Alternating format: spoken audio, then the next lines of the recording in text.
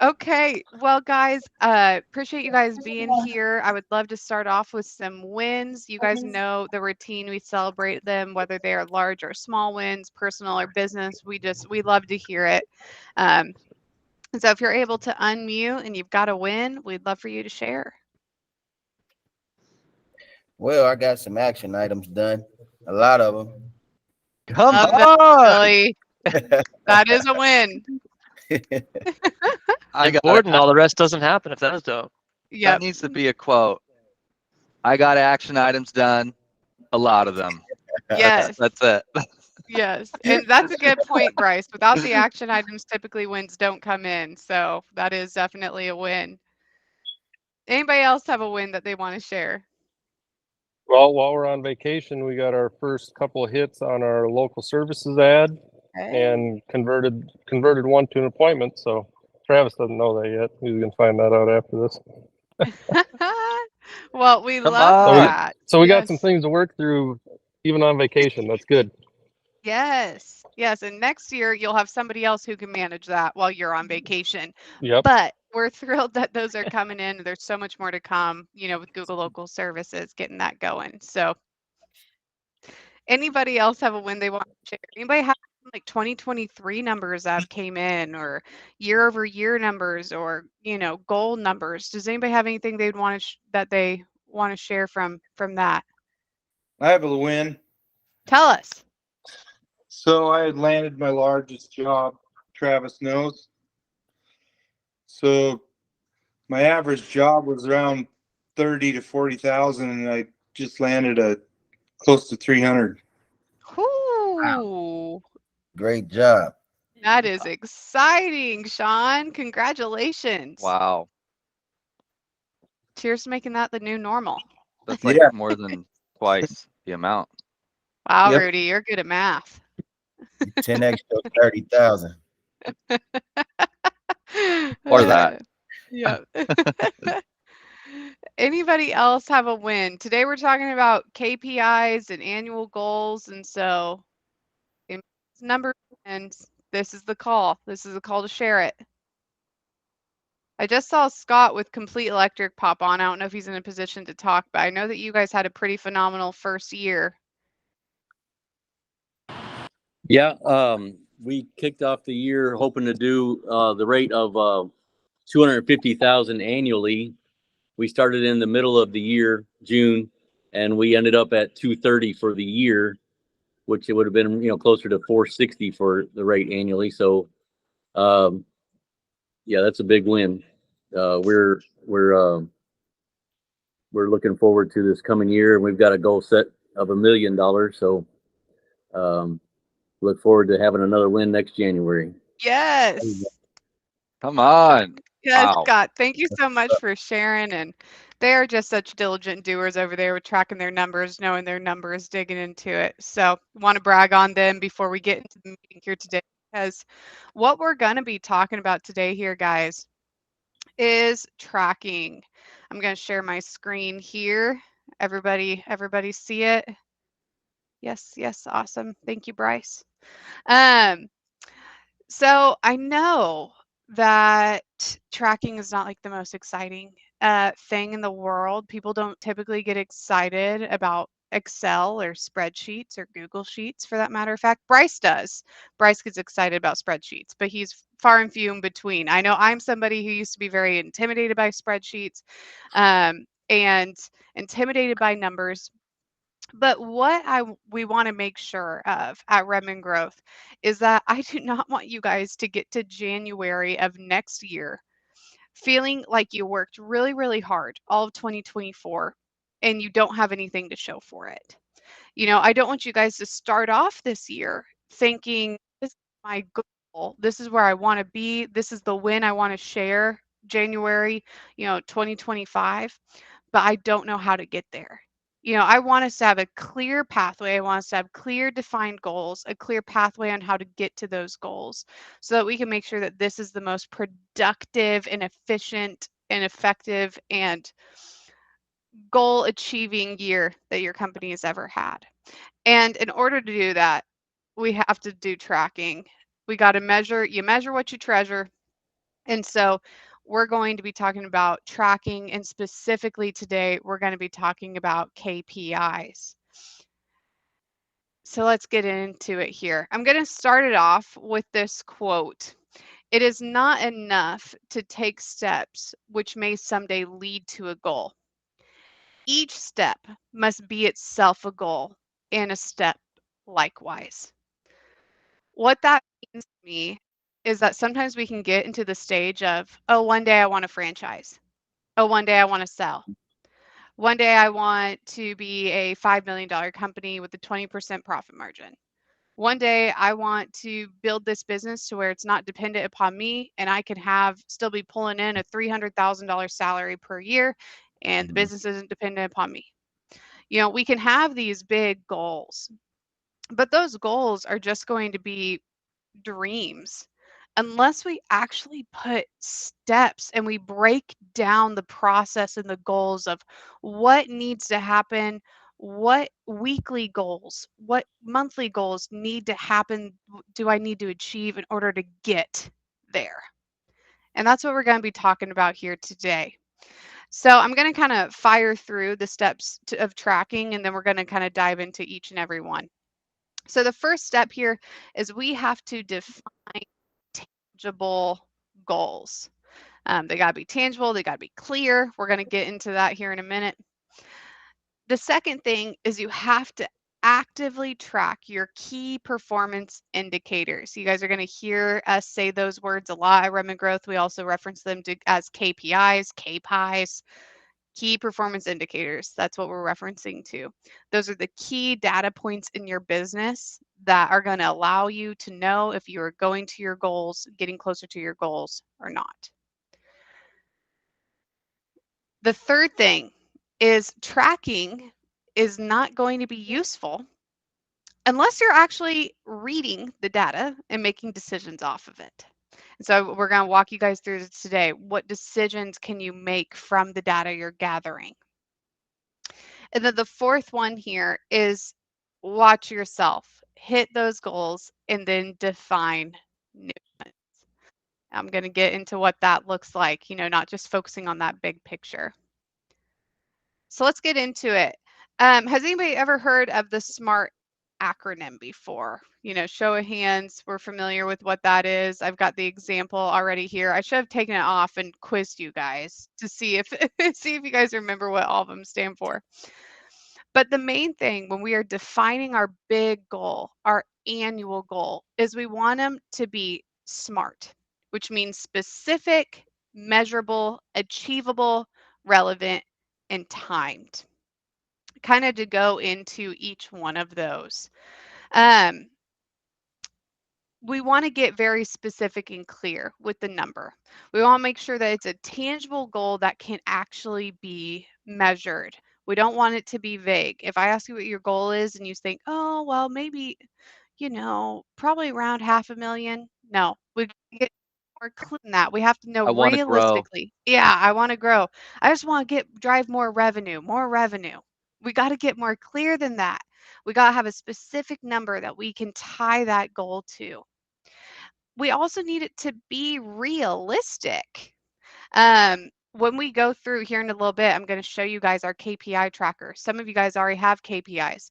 I was going over KPIs with a client the other day, and he realized that at his current average ticket number, he was going to have to do like 18 jobs per week. And for his industry, that was not realistic. There's no way. We can't do that. And so it showed us we have to increase our average tickets in order for us to be able to hit that goal and do less jobs. And so we've got to make sure that your goal is realistic. The next step is we need it to be relevant to where you currently working on. What that means is totally okay to have the big goals, to have in 3 years I want to sell, in 5 years I want to sell, in 5 years I want to retire, in whatever your goal is. It's okay to have those big goals. I want to franchise, I want to hit, eventually be 5 million. But let's make sure that the goals that we're currently focusing on are very relevant to the stage of business that you are currently in. and what needs to happen in order to address that biggest limiting factor and to get you to that next stage. Have those big goals, have those big dreams, but let's make sure we're focusing on the ones that are relevant to what you're currently working on. And then the last thing here, and this is something that we're very passionate at Redmond Growth about, is you got to put time frames around it. Not just a deadline, not just a in 3 years I want to be here, but put time frames around each and every step and goal. You know, maybe I'm not going to hit that 3 million mark this year, but I really want to hit that 1.5. You know, maybe this month eventually I want to be doing 200,000 each month, but with my current team, I can do about 60 and I'm going to be very happy with that. That's my goal. Let's make sure that we have timed deadlines, time frames for our goals that we're actively looking at. And so, Bryce, I know I'm putting you on the spot here, sir. If you are able to get some like really classy Jeopardy music going for me, I would really be grateful for that. Because there's a few different goals that I want you guys to sit down and write down right now. Like if you don't have a piece of paper, a Sharpie, type it out on your agenda, whatever we need to do to get these goals written down. I want you guys to write them down right now. The first one here is I want to know what your 2024 revenue goal is. Okay, what is our revenue goal at the end of the year? How much revenue, how much money do we want to have brought into the company? Not sold, collected. What's our revenue number? The next one is our 2024 profit percentage goal. You can have all the revenue in the world, but if you're not profitable, it's all for naught. And so what is our profit percentage goal for 2024? Where do we want to see that profit margin be at the end of the year? What's your 2024 savings goal? You know, how much do we want to have set aside for investing back into the business for those emergency expenses that come up? How much money do we want to have set aside? And then lastly, what's our 2024 debt payoff goal? Maybe it's not realistic for you to get all of the business out of debt. What do you say that you've been able to conquer in 2024? Let's write those down. I want to give you guys, it looks like it's 9:16. I'm going to give you guys till 9:18. So it's 2 minutes. Bryce, if you could get some Jeopardy music for me if possible. If not, Rudy will just have to do it for us he'll just have to hum. No, I've got it. But Nicole, if Perfect. you'll stop presenting for me. Okay. I will stop and I'll let you pull it up. Now, while you guys are thinking of these goals, remember they need to be specific, measurable, achievable, relevant, and we need to have a time around it. We need to have a deadline. So go ahead, Bryce. We'll start with the Jeopardy music and we'll let you guys write down those goals. Sounds really fast. I'm gonna slow it down a little bit. That's way too slow. There's no in between. Oh, well, whatever you want, it's fine.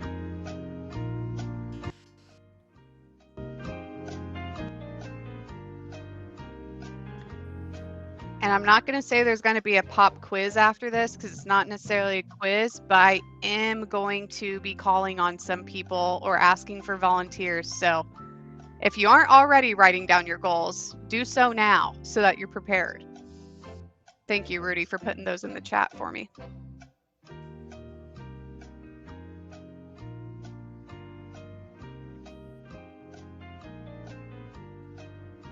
It kind of makes me anxious, I'll be honest. No, it's definitely has a little bit of that effect. You can do slower, maybe. Maybe we need a little slow-mo.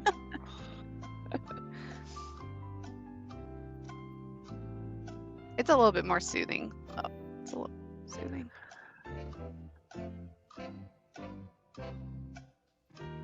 All right, give you guys a couple more seconds. Your 2024 revenue goal, profit percentage, savings goal, and debt payoff goal. I'll be honest, I have gotten into Jeopardy here this last year, and it is a fun thing to watch with a competitive spouse. So You I'll definitely leave have it a at that. competitive spouse. And I'm honestly surprised, Rudy, that's taking you this long to get into Jeopardy. I kind of figured that that was like one of your things. So that's hilarious. That and Survivor. Those are your like two things. Yeah, their reality TV is Yep. It's good stuff. competition. Okay, guys, we're gonna wrap this up. Bryce, thank you so much for putting up with me there.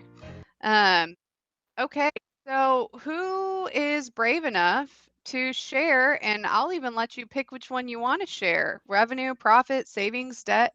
Um, just I'll unmute share and all of tell them. us.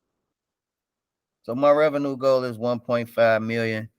My profit percentage is 350,000, and the savings is 125. Debt payoff is just paying off all my credit cards and paying off business loans and personal loans and being out of debt. It's not, I don't really owe a lot of debt. It's not hard to get out of debt, but that's my goals. Those are phenomenal goals, Willie. Appreciate you sharing here. I would just make sure that we break them down. You know, what's going to be realistic for this year, realistic every month, and Yep. really get very tangible and clear with that. You know, it might not be a year thing, it might be a 2-year thing, but let's break it down. What needs to happen in order to get there as quickly as possible? Yeah, I think that's a good point to take that annual numbers as well and break them into what's the monthly necessary to hit that. You know, are we Yep. going to be even close? You could know 1 month in, not 11 months in. Are we going to hit it or not? You know, Absolutely. Kenneth, I saw Absolutely. you'd raised your hand. Did you have a question or wanted to share? No, I think he answered because in profit percentage, I didn't know if you were, talking about like profit margin or net profit, what we're looking for. But I put, my revenue goal is 2.5, profit percentage or profit 600, savings 100, and debt payout 50. Yes. Yeah. So when we're talking profit, it's like at the end of the day, you know, after we paid all of our bills, you know, after you've paid yourself. I mean, there's kind of some nuances there. But Okay. what is left? You know, what percentage of your revenue that's left for profit? I got you. Yes. No, these are good. Anybody else? I saw Arnold's Plumbing. I saw you put one in there. This is a guy who is always so prepared. He is so good with money. Love seeing you in this call, Dale. But his goal is to hit that $1 million revenue mark, have a 20% profit margin. He wants to add 10,000 to his savings balance. And he says no payoffs this year. And I think that's because this guy is very aggressive in paying off debt already. So I don't know how much debt he may even have. And so, Dale, appreciate you sharing that and would love to be breaking down those KPIs with you in order to get to that goal. I appreciate you guys putting up with me and sharing here. Put it, if you haven't, either during this call or after, I would love for you to open up your agenda and just put all 4 of those like on the top of your agenda, you know, right underneath your name, under the burning fires. Don't care. Slap them on there above the action item section, wherever one, you know, first 1 or 2 pages so that we can be constantly aware of what our 2024 goals are. I'll make a quick comment on revenue goals because I see that sometimes this is happens where if someone, as an example, is doing you know, I don't know, around 60K a month, but they want to get to $1 million a year, so 83 a month, 82,000 a month.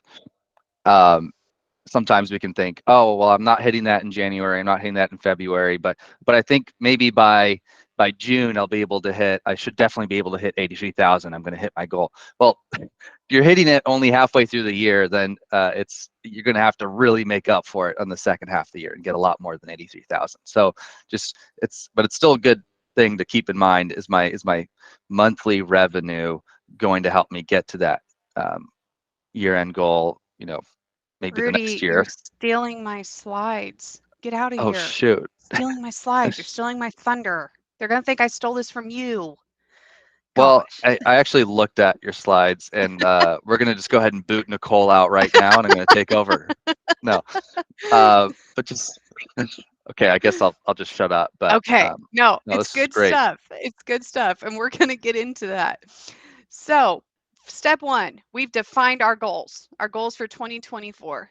That's great. We can refine them from there. You know, I know 2 minutes probably isn't enough to make sure they're super smart goals, but I wanted to get a starting point, put them on the agenda. We can refine them more during our next meetings together with your coach. Step two, actively tracking your KPIs. Again, that stands for key performance indicators. These are the core data points to your business.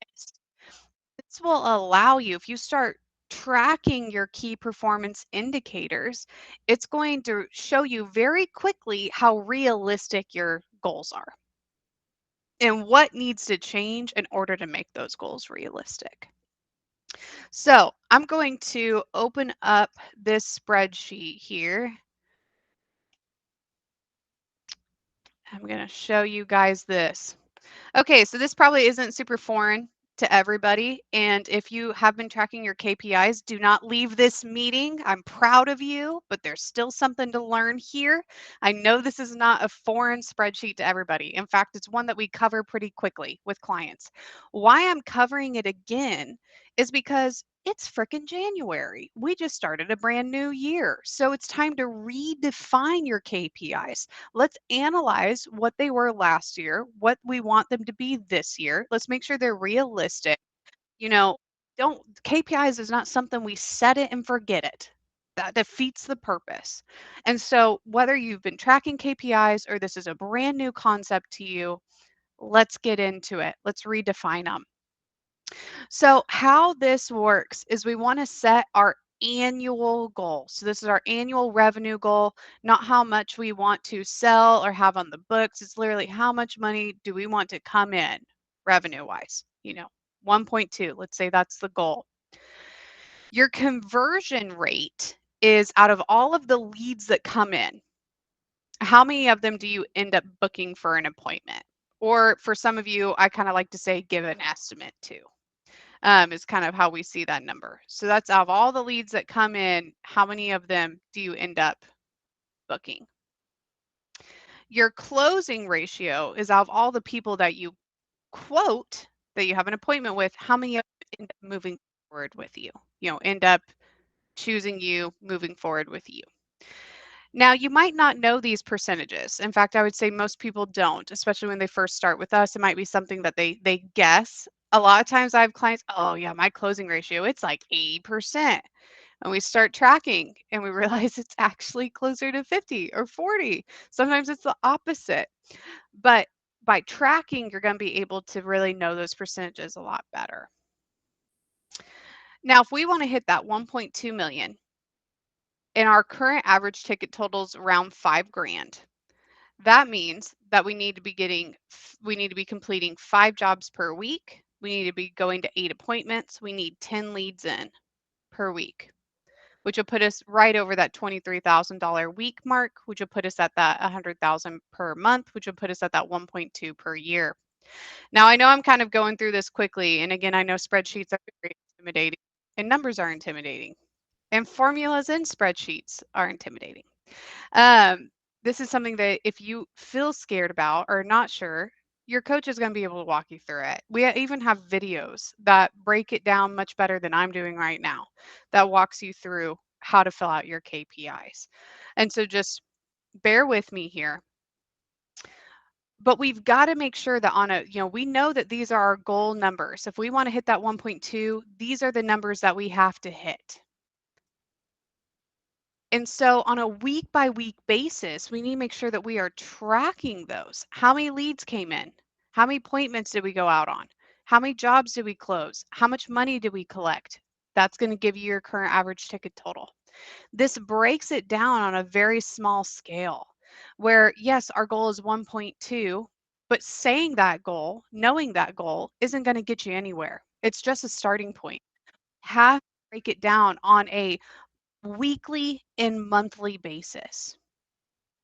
And so, like I said, I know that this spreadsheets can be a little bit scary. If this is still hard for you, new for you, get with your coach, book a laser call, shoot them an email. We have videos on it.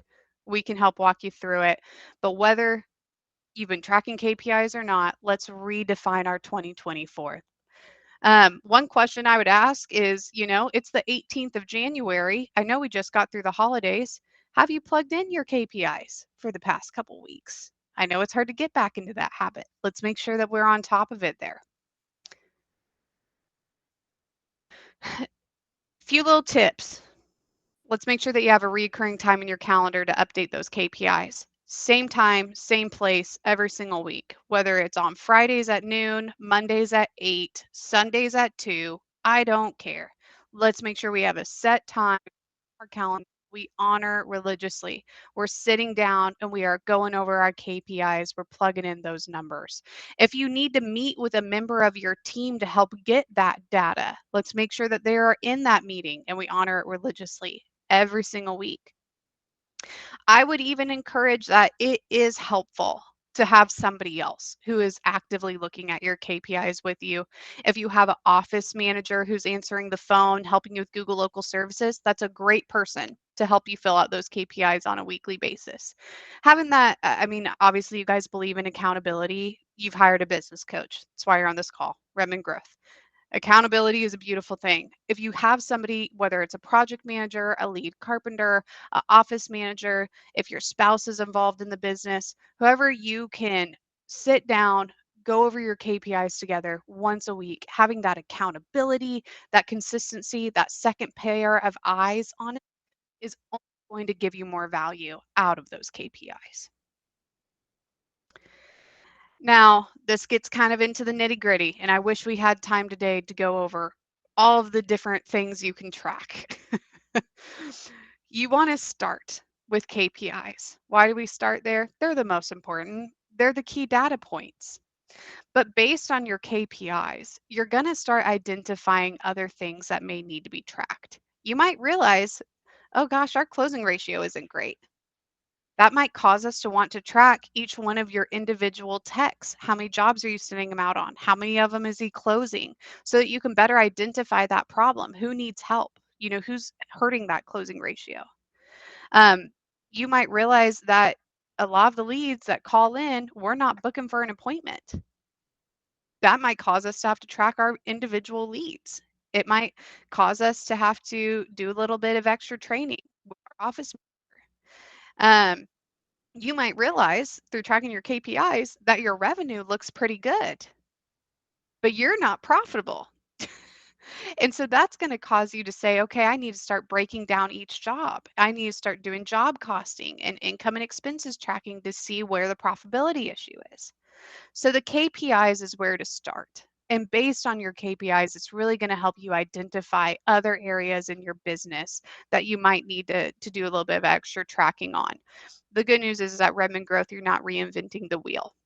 We probably have a tracking document already built for whatever else you need to track. But we've got to start here. Just don't be satisfied with only the KPIs. There's so much more value in other areas of tracking.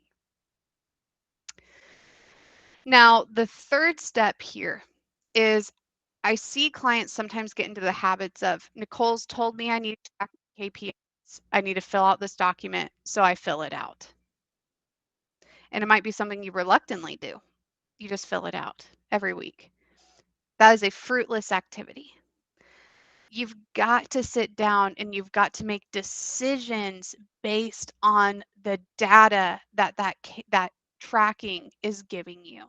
You've got to sit down, you've got to read it, make decisions off of it. When you are tracking, it's going to allow you to shift from I feel or I think, and you're going to shift towards I know. I know that my average ticket is my main issue. I've got to increase that if I want to hit my revenue goal on a weekly basis. I know that our closing ratio is a problem. I know that we have to get more leads in if we're going to be able to hit that revenue goal. You're going to be able to shift from I think and I feel to I know. And that's a little bit of a hard transition. I know as coaches, that's one of the more frustrating things is when a client comes to us saying, I feel like we're not getting any leads, or I feel like we're not very busy this year compared to last year.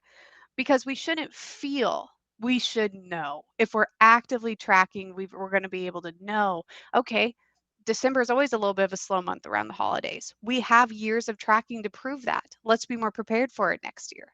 Let's be aware of it. It's going to allow you to shift, and it's going to allow you to be a lot more efficient, a lot more intentional about the decisions that you're making. Now, the process that I would say as a business owner, this is like your primary job as the business owner. Like, you need to wear this as a badge of honor. Maybe you need to print it out as a poster, like one of those little kitten posters, and you just put this quote on it. You're off. The process is define, act, measure, refine. As a business owner, that's really your main job. Is every single process in the business, you are defining an issue.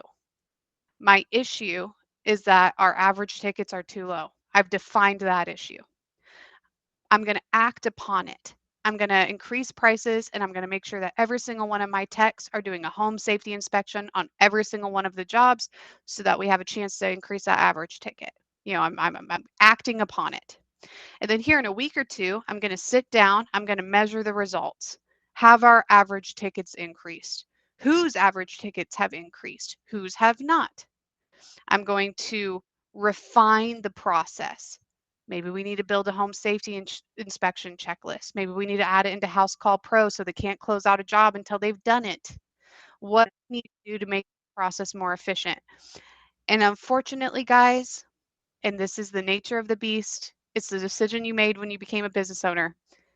This process never stops.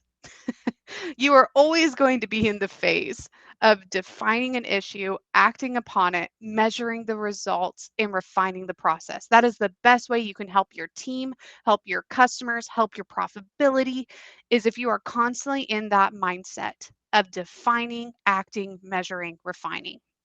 And tracking is going to be a huge part of that, because again, you're going to be operating by fact and not feeling. I kind of felt like I was like on the pulpit for a second there. I was feeling it.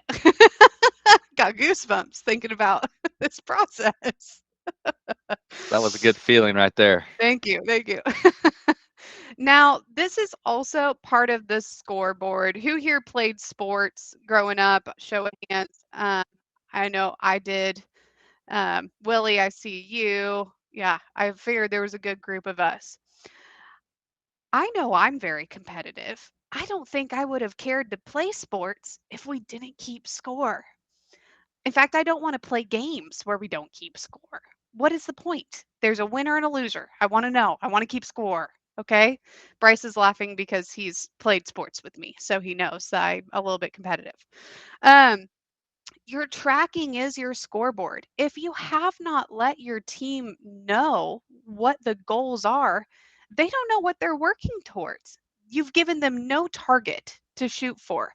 And I would even go, I would even say, if you don't have your KPIs defined, you don't have a scoreboard. You have these lofty dreams that are not a reality. You have no idea what you're shooting for. You're working really hard. You're this hamster on this little wheel running really fast, and you're not going anywhere because you don't know what needs to happen to get you to that goal. You're just working really hard, hoping it works out. We've got to make sure that we've got that scoreboard. We've shared it with our team. They know what they need to hit. And then it's going to allow us to start making progress together. The team's not the problem. It allows us to say, this is our goals. What do we need to do as a team to get us to hit that goal? I want to tee you up for a question here, Nicole. Yes. What if you make goals and you don't hit them at the end of the year, the end of whatever time frame you set? How do you deal with that? Yeah, it's okay to cry a little. It's okay. No, it is okay to not hit a goal. I've even seen a lot of people say that, like, and I don't know how much I buy into this, but it's okay to not hit your goal. All that allows you to do is it allows you to look at the data, and it allows you to build smarter goals for the next year. Maybe that goal wasn't realistic, or maybe you had something that happened that caused it. It's going to allow us to be very intelligent and intentional and say, what prevented us to reach that goal? What needs to change this year? Or maybe I just wasn't realistic in the first place, and I'm going to allow to set a much smarter goal this year. You know, and my last slide here kind of gets into this a little bit, so I won't touch super on it. Don't let failure or not hitting a goal stop you from recognizing the progress that you've made. um, Even if you fall short of that revenue goal, but you are 5% more profitable this year than you were last.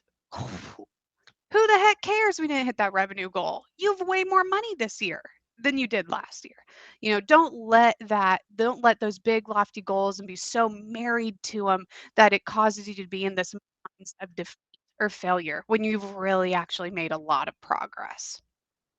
Yeah, one thing I like about defining goals is they are the compass of your actions.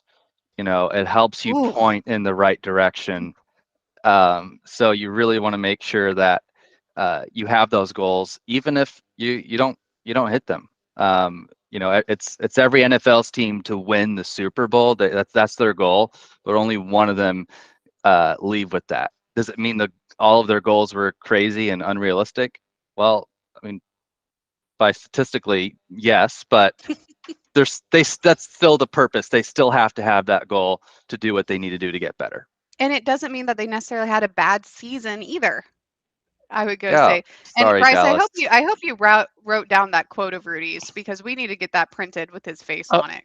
absolutely. That was a Absolutely. good It's going one. on the wall. Oh, great.